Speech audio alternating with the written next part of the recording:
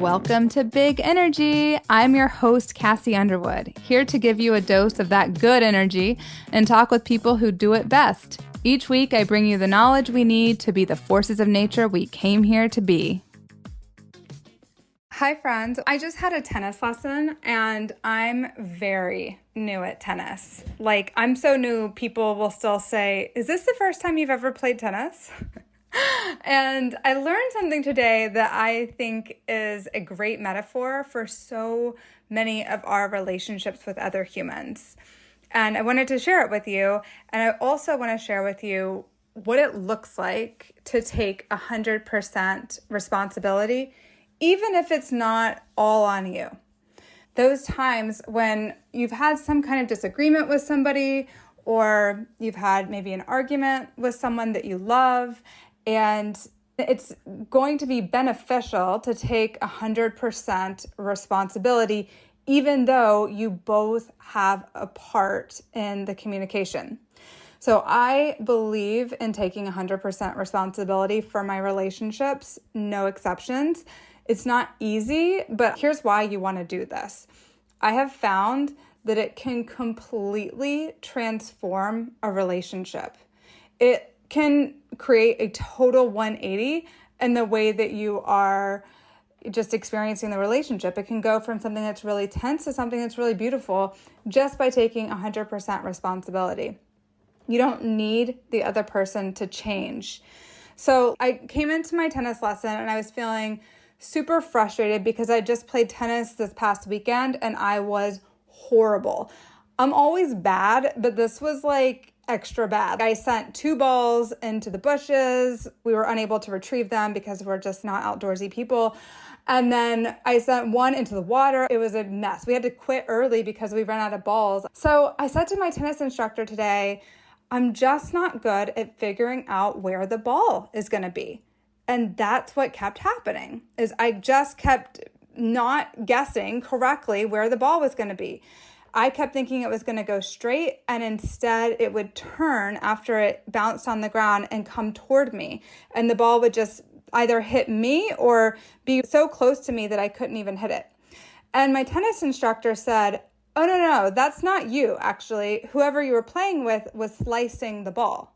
So whenever they sent it back to me, they were hitting it so that it would appear to go straight, and I would prepare myself to hit this straight ball, but instead the ball would come right toward me.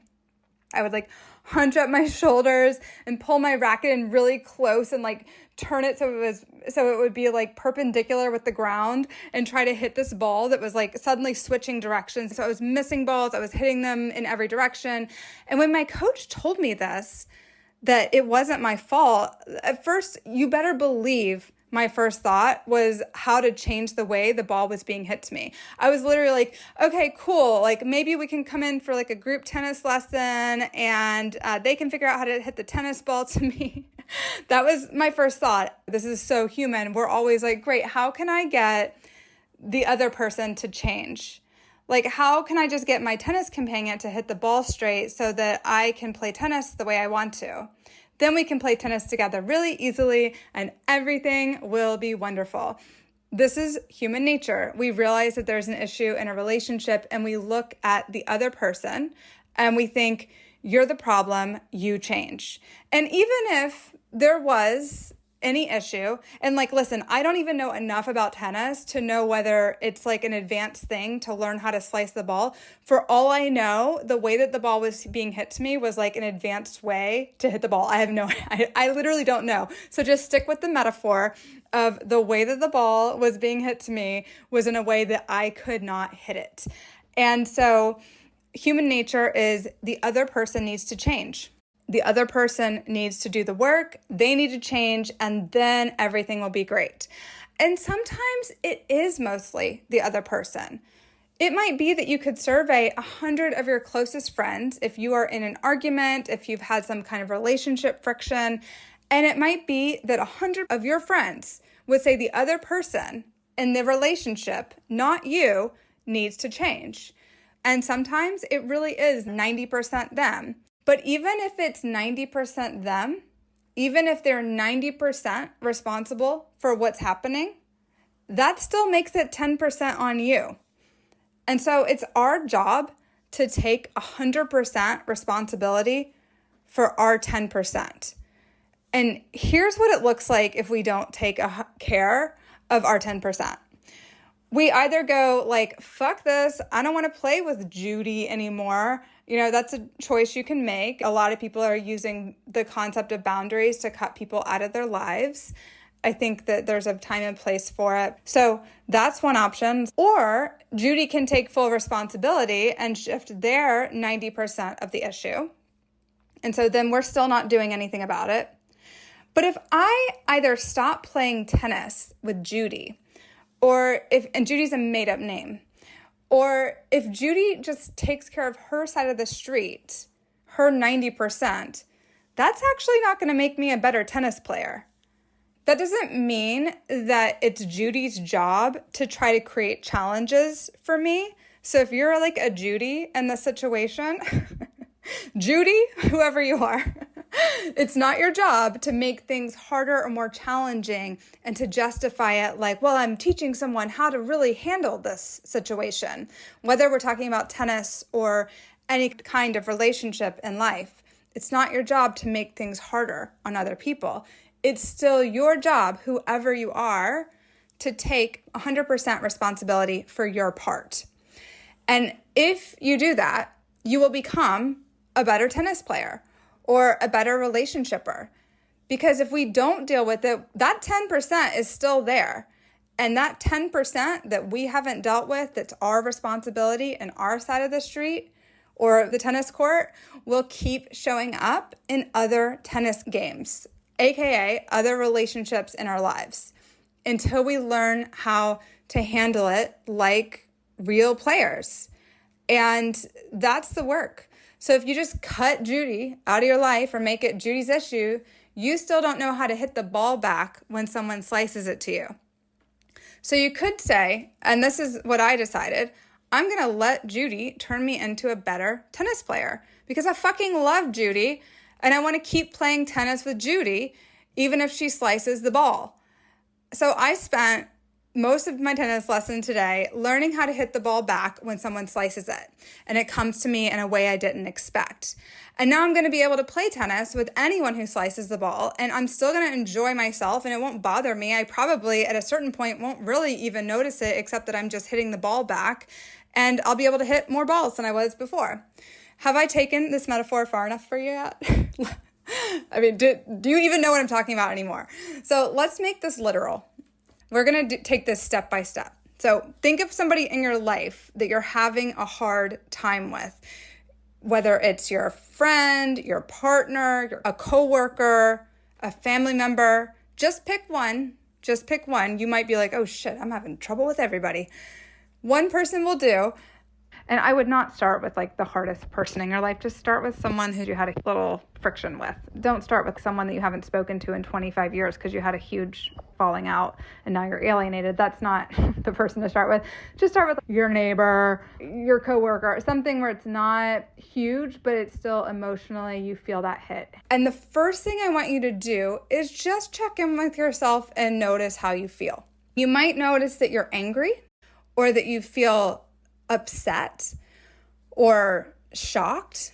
If I don't want to feel angry, I'll be like, I'm just shocked. I'm just shocked is all. By the way, it's okay to be angry. We get a lot of messages, particularly certain incarnations on this planet.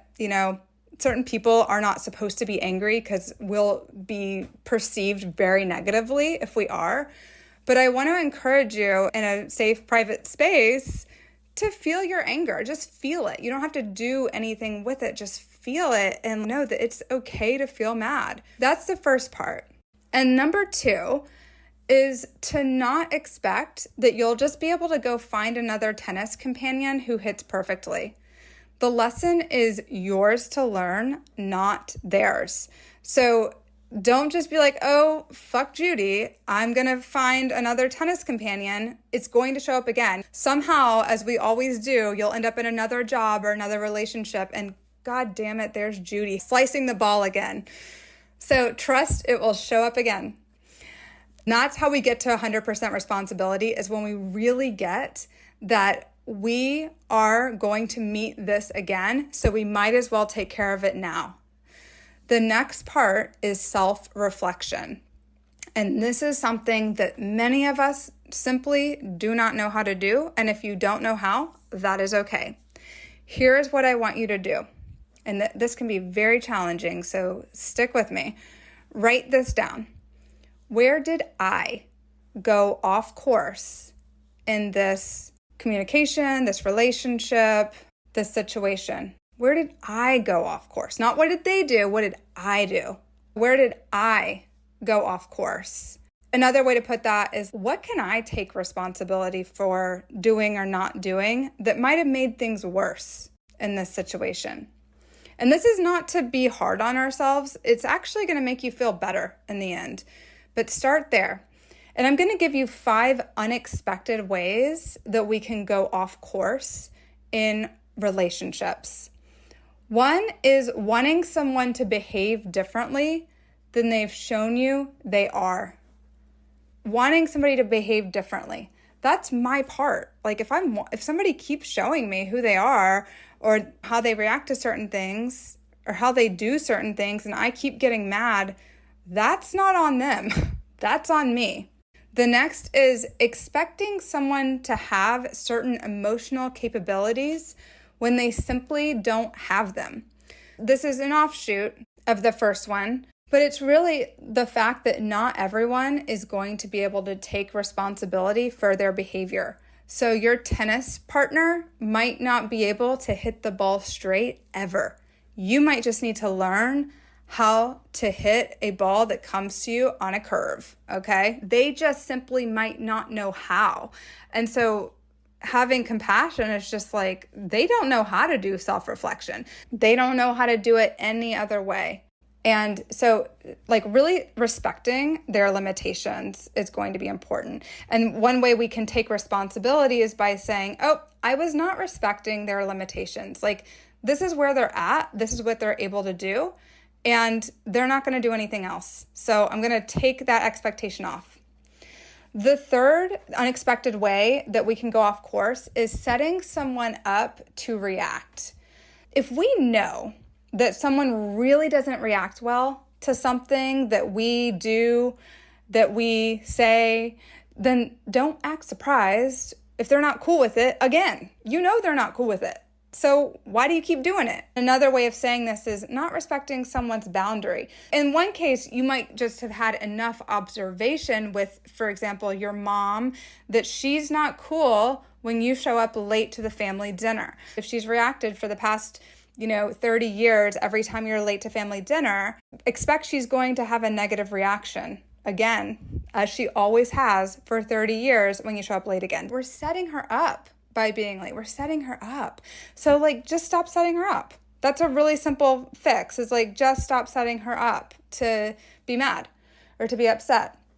Now, sometimes somebody shows you their boundary by being reactive.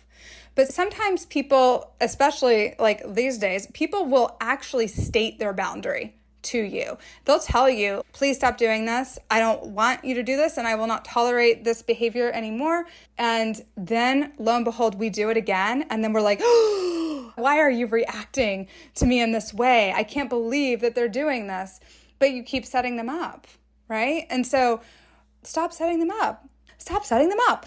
So where did I go off course? I set them up to react. I know that they won't react well to this, and I've done it again. So the way to turn this around is maybe you're not ready to stop doing it. Maybe you have a really hard time being on time, and you kind of can't stop being late, and you don't even know why. So if that's you, then the next step in the process is to be okay, I'm late. I'm heading to mom's. She's going to react, and I am going to just accept her reaction, and I'm going to say, I am so sorry, Mom. I know you hate it when I'm late. I am so sorry. And just really accept her reaction. If you're not able to stop the thing that you keep doing to set someone up, that's okay, self-compassion, but let's prepare and not then create a cycle of reactivity. That's the first step. Let it stop with you. I'm not going to react back because that's going to just create a whole vicious circle. of reactivity and trigger, my 100% responsibility is I'm going to fully accept and embrace their reaction. I am going to take responsibility for I'm doing this thing that really upsets them. And of course, they're going to react. And I am going to be loving. The fourth unexpected way that we go off course is communicating with someone in a way that you know is not effective with them. For example, some people respond really well to direct communication and being asked a direct question. Will you do this thing for me? Some people react really well to that. They'll be like, okay, yes, I will do that thing for you. Some people really don't like that. They would much prefer that you say, I'm cold, and then it will be their idea to go get you a sweater, than for you to say, hey, can I borrow a sweater? It's your job to just love your people enough in your life to know which kind of person they are. Pay attention. And so if you know that someone, for example, needs space after a disagreement and you're all up in their grill, or if you know that someone needs clear communication about something, even if it's like, kind of not the greatest thing you're telling them, like you're going to have to disappoint them a little bit, and you keep trying to skirt having a direct conversation with them about it, you're inviting a negative reaction. So if the person needs space, give them space. And if the person needs direct communication, even if they're going to be disappointed, give them the communications. Otherwise, it's truly inviting a negative reaction. And I'm able to say all these things, by the way, because I have fucked up in so many ways in my relationships and the people I love in my life. And I've really had to learn this, and I really believe in nuance. I don't believe in, well, they're just too difficult. So, bye. People need to be loved differently and understood differently. People are not all the same. People need different things and hear things differently. So let's try to love them better by understanding them more. These 5 unexpected ways that we can go off course are really about just like refusing to be on the same page with where someone's at, who they are, what they need. If you get on board with who they are, if you're like, okay, fuck yes, this person needs XYZ, then I'm just going to give it to them because that's what they need. I don't need that. I don't understand needing it. It makes no sense to me, but they need it, so they've got it. That's kind of the way that I have been approaching these things. The 5th unexpected way that we can go off course is not seeing someone's intentions. A lot of times we will make assumptions about why someone does something. What I've been learning in this season of my life is how good some people's intentions are. Their outward behavior, I'm like almost feeling emotional about it. Their outward behavior might not communicate that in the way that they probably would want it to. But most of the time, people are just trying to deal with their own anxiety in situations and manage their own fear about something that may or may not have anything to do with you. And anybody who's scared, we love them. We're not mad at them. We're like, fuck, they're scared. They might not be able to communicate that to you. They just might not know how to express that in a way that you would be like, oh, okay, that's what they're trying to do. But if you really look past someone's tantrum that they're in, or they're upset, they're angry, they're withdrawing, you're going to start to notice that most of the time people are really trying to do good. You really have to use some vision to deeply understand. As a practice this week, I'm going to suggest asking when you're in a tiff with someone, how might their intentions be good? Assume that someone's intentions are good when they do something. Even if you have to imagine it, just try for a week. Try assuming people's intentions are positive in any situation where you have conflict or friction with another human and see what happens. And the other thing you can do on that note is appreciating them. We fixate on these 1 or 2 ways that they didn't act the way we wanted them to, but there were like 30 other examples of them really trying to do something good for you or really showing up. So focus on what you can appreciate. So often we will enter any kind of relationship, whether it's with a friend, partner, parent, whoever, with certain expectations about how things are going to go. because we get conditioned to experience them in a certain way. So either because of our past conditioning in this particular relationship, or because of our past conditioning with our parental figures. That's a big part of this, as we start to expect things to go a certain way that they've always gone. What we'll end up doing is just recreating what's happened. You have to be very aware not to recreate them. So for me, taking a pause, retracing, and being like, where did this go wrong?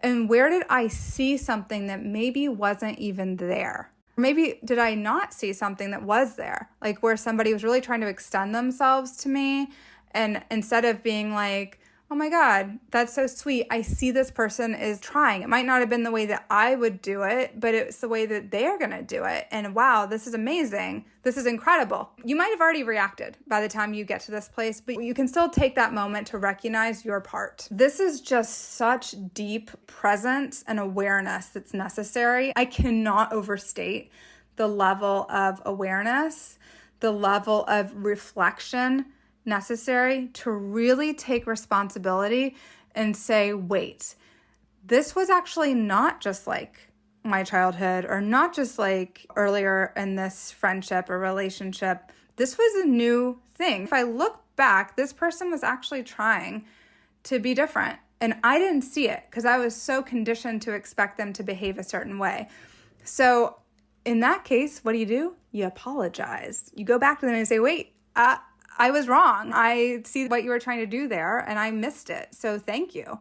I mean, this is like, put on your big girl britches, everybody, because we're going to heal our fucking relationships now. I'm just going to go into the granular for a second. If you don't do that work of when you have any kind of friction in a relationship, if you don't do the work I just talked about of really looking at where did I go off course in those particular, very nuanced ways, then what'll happen is when you report this experience to a friend, what are they going to do? They're going to blame the other person. The way you paint it is not going to be very becoming of the other person. And we live in a very victim-y culture. I mean, even my lovely tennis instructor was helping me out with that and oh, that's not your fault. But I still had a big role to play. And now my tennis companion does not need to change anything. I'll be able to hit the ball. I don't even need to bring it up. My whole point is if you aren't the one listening and looking and reviewing any kind of conflict that you have with a very clear eye, going back as clearly as you can and seeing where did that tension flare up? Do I remember a moment where I thought, even if it was a fleeting thought, they're being so gentle right now, before my nervous system reacted and I was like, what the fuck? There might have just been a split second where you were like, oh, they're being so sweet. And then that quickly gets clouded out by the conditioning. So look for that one moment where you can notice that somebody's intentions are good, or that there was a moment where you could have changed it. So it's not about getting it right the first time. It's about being good enough at reflecting that you get it at some point. You can take responsibility this time, and the next time it happens, you're going to be better. You're going to be more aware of what happened, right? Here's the thing. In the aftermath, and this is a very important part, the second question you want to ask yourself, the first question being, where did I go off course? The second question is, in the aftermath, how have I continued to contribute to the problem? So the first thing is gossiping about it or talking to other people about it, unless you have a highly attuned spiritual set of eyes. And I'm very fortunate that, first of all, I'm very careful about who I bring any kind of human conflict to. I'm not just going to bring it to any old body. I'm going to bring it to somebody who really gets taking 100% responsibility. Because the stakes are, if I don't catch it this time, this does not end with this game of tennis. This does not end here. It's going to happen again. So I might as well catch it now and learn how to play tennis with this player, right? Because it's going to happen with them or it's going to happen with somebody else. So you have to really make sure that if you are going to bring it to somebody, they have to know what the fuck they're doing. They have to know how to bring you back to that moment where the ball was coming. And rather than anticipating where the ball was going to be and having enough practice to change direction and to get, oh, the ball's going to be too close to me and moving back, rather than having done all that training, it hit you. And you need somebody who's going to be able to take you back to that moment and help you see, oh, that is it. That's where I could have changed everything. So if you gossip to the wrong person, what they end up doing is sealing in the victim story. First of all, they'll be like, well, have you told them how you feel? And you're like, no, I haven't. I'm going to go tell them how I feel. And now you're in a whole other argument. And it's not that you shouldn't tell people how you feel. It's just that first do this pinpointing of like the moment, this granular work, so that you stop recreating the shit, right? We don't have to just keep living the same relationships over and over again or the same arguments with our mothers. We can have a different life. So don't gossip with anybody who is going to seal in the image of yourself as a victim in this. Don't gossip with anybody who's going to make the other person wrong or who's going to be like, well, they just need therapy. Believe you me, there are people in my life, multiple people in my life where I'm like, they just need to get a therapy. That's not metaphysics. That's not how this works. It's my lesson to learn. They go to therapy and then what? I still keep recreating it because I can't even see that they've changed because I'm still in the old conditioning and the old patterning. They could go to therapy and change and I still wouldn't get it, because I'm still so locked into the old conditioning. So if you're gonna gossip with somebody who really gets taking 100% responsibility for your part, okay? That's first of all. Second of all, God, I wish this wasn't so, but judging them is not going to speed up the process. So judging the person for where they're at, the way that they're reacting, talking to you, handling the situation, however you want to put it, that's not going to speed up the process of transforming what you've got going on. It's just not helpful. Judging doesn't do anything helpful in your relationships. It just makes the other person feel judged, and they can feel it. We can, you know how it is. You can totally feel it when you're being judged by someone. Doesn't feel good. They're going to get defensive, and then they're going to dig in their heels and take an even firmer stance on that which you are disagreeing about. And here you go again, it's not going to change. Release the judgment. Accept, embrace them for who they are, unless you're being abused, in which case, obviously, if you are being abused, you need to step away entirely from the relationship. That goes without saying. Back to question 2. In the aftermath, how have I continued to contribute to the problem? The third way we continue to contribute to the problem is avoiding directly repairing the relationship. So we just kind of walk on and pretend like nothing happened and we're just going to let time pass and keep building a foundation on this absolute shit show. But that's fine because I don't have to deal with it if I don't look at it. You can still feel it. We have to actually directly repair the relationship. And that means talking about it. It doesn't need to be long. It can be, hey, I'm sorry about the way I reacted. Hey, I was wrong to say X, Y, and Z. Or I know you really don't like it when I do X, Y, and Z, and I should have thought this through better. I should have been on time, whatever it is. Here's what I'm going to do next time so that it doesn't happen again. That's it. It takes 20 seconds. So then the final question is, how can I shift this by taking 100% responsibility? By simply doing the opposites of the ways that we go off course. Expect that someone's going to behave exactly how they have shown you that they will. Expect someone to have the exact same emotional capabilities that they've always had. Don't expect them to suddenly be someone who's able to do something that they've never been able to do before. Why would they be able to do it now? It doesn't mean that they're wrong. It doesn't mean you need to never speak to them again. It just means this is where their capability is at right now. Just totally accept it and embrace it. And you can still transform something. Next one is no longer setting someone up to react. So really acknowledging where I'm setting someone up to react negatively. Then communicating with people in a way that I know is effective with them. Some people need firmness and they will really respond to a firm, clear communication. Some people really need a lot of love. They need to be praised and you're the fucking best. That's what they need to hear before they can hear you say anything else. Some people need you to acknowledge their pain. Like, I know this has been really hard for you. And if somebody needs space, giving them that space. If someone needs direct communication about something, even if it's going to disappoint them, take a deep breath and tell it to them and allow them to have their own reaction. It's not anything to do with you, right? So let them feel what they need to feel. Then I gave you that assignment earlier, really seeing into people's positive intentions. Most of the time, people are scared, full of anxiety, and have positive intentions. Try just for a little bit, it doesn't have to be forever, but just see what happens if you drop like, they're just all about them, they're selfish. As part of my work, I hear people all the time who are sharing their relationship conflict. And assuming someone has malintent is not the way to go, or that they're just so self-absorbed. If we're going to say that, then we're all self-absorbed. We're all into ourselves. So really just acknowledging that they may have good intentions here, and just imagining what those could be, even if it's a stretch, just for fun, just try it. And then appreciating them. So really appreciating them for what they do. Like I said, it is entirely possible to change the game if you learn how to hit whatever the ball is that's coming toward you. If you learn how to do that, if you learn how to hit that ball, you can play the game with that person and it's going to be totally fine.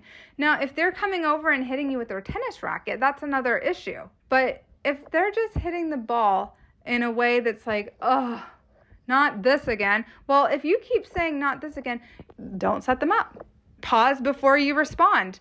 Communicate in a way that they can really hear you, that they'll really react well to. A lot of people don't react well to being attacked. So verbally. So, don't do those things. Just really deeply understand. This is like such a nuanced thing. I couldn't possibly hit on every element of it, but really deeply understanding the person that you are in this conflict with and really knowing how they need to be spoken to, because everyone's different and they might need you to stretch a little bit beyond what you're used to. So once you've gotten to this place of like, okay, I'm going to accept them exactly as they are. I'm going to allow them to be exactly who they are and where they are. I'm not going to expect them to change. I am just going to appreciate them. What you do next is, what I like to do is I like to close my eyes and picture the person and picture them doing the thing that bothers us again. Whatever this thing is that really triggered you, just picture it. Imagine them being in that place and imagine they're not changing and you're just accepting and allowing them to be exactly who they are.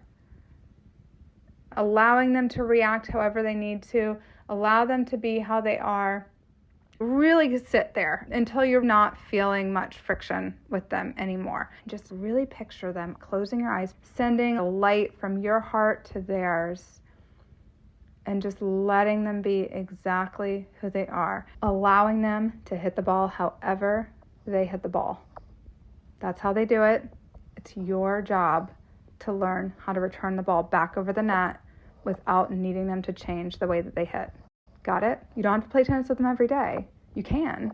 Eventually you might not even notice, depending on how badly they hit the ball. But you get to make a choice. You're not trapped. You're not stuck. Even if you decide to be very close in the relationship, you're not trapped. The whole concept of being trapped is a lie. It's not true. The final thing you want to do is ask yourself, does something need to be said to them? And whatever that thing is not at all blaming them at all. It needs to be checked by someone who's highly, a very spiritual motherfucker to make sure there is not even a tinge of blame or negativity in that. And so what it might be is like acknowledging a misunderstanding, letting someone off the hook for something, or appreciating them. But seriously, you want to check this with someone who really gets it and is going to be very honest with feedback. So there you have it. This is how I take 100% responsibility in my relationships. And am I perfect at it? No. But I really do try to bring a fine-tooth comb to it, because I don't want to recreate any tensions or frictions that I've had in the past. I want to create a new experience in my life, and I know that it's possible. If this resonates with you, I hope it helps you. and feel free to be in touch with me about it. I am also enrolling for my group, The Maverick Woman. We do deal with all kinds of relationship stuff, but it's also about how to transform your relationship with money. So often also people are like, the biggest thing for me in this group was like I healed my relationship with my partner or my mom or whatever. If that's on the docket for you, then come on in and join us at cassieunderwood.com/The Maverick Woman. I'm enrolling now, and we do a retreat every 6 months, and during that retreat you will have a massive breakthrough. So if you're looking forward to that, please join us. Our next retreat is in the south of France, and it's going to be just absolutely gorgeous and so much fun. We have an incredible group of women, so please join us. I love you lots, and I will see you next week. That was another episode of Big Energy with me, your host, Cassie Underwood. Were you into it? Go ahead and click the subscribe button and leave a review. You can also find me online at cassieunderwood.com. See you next time.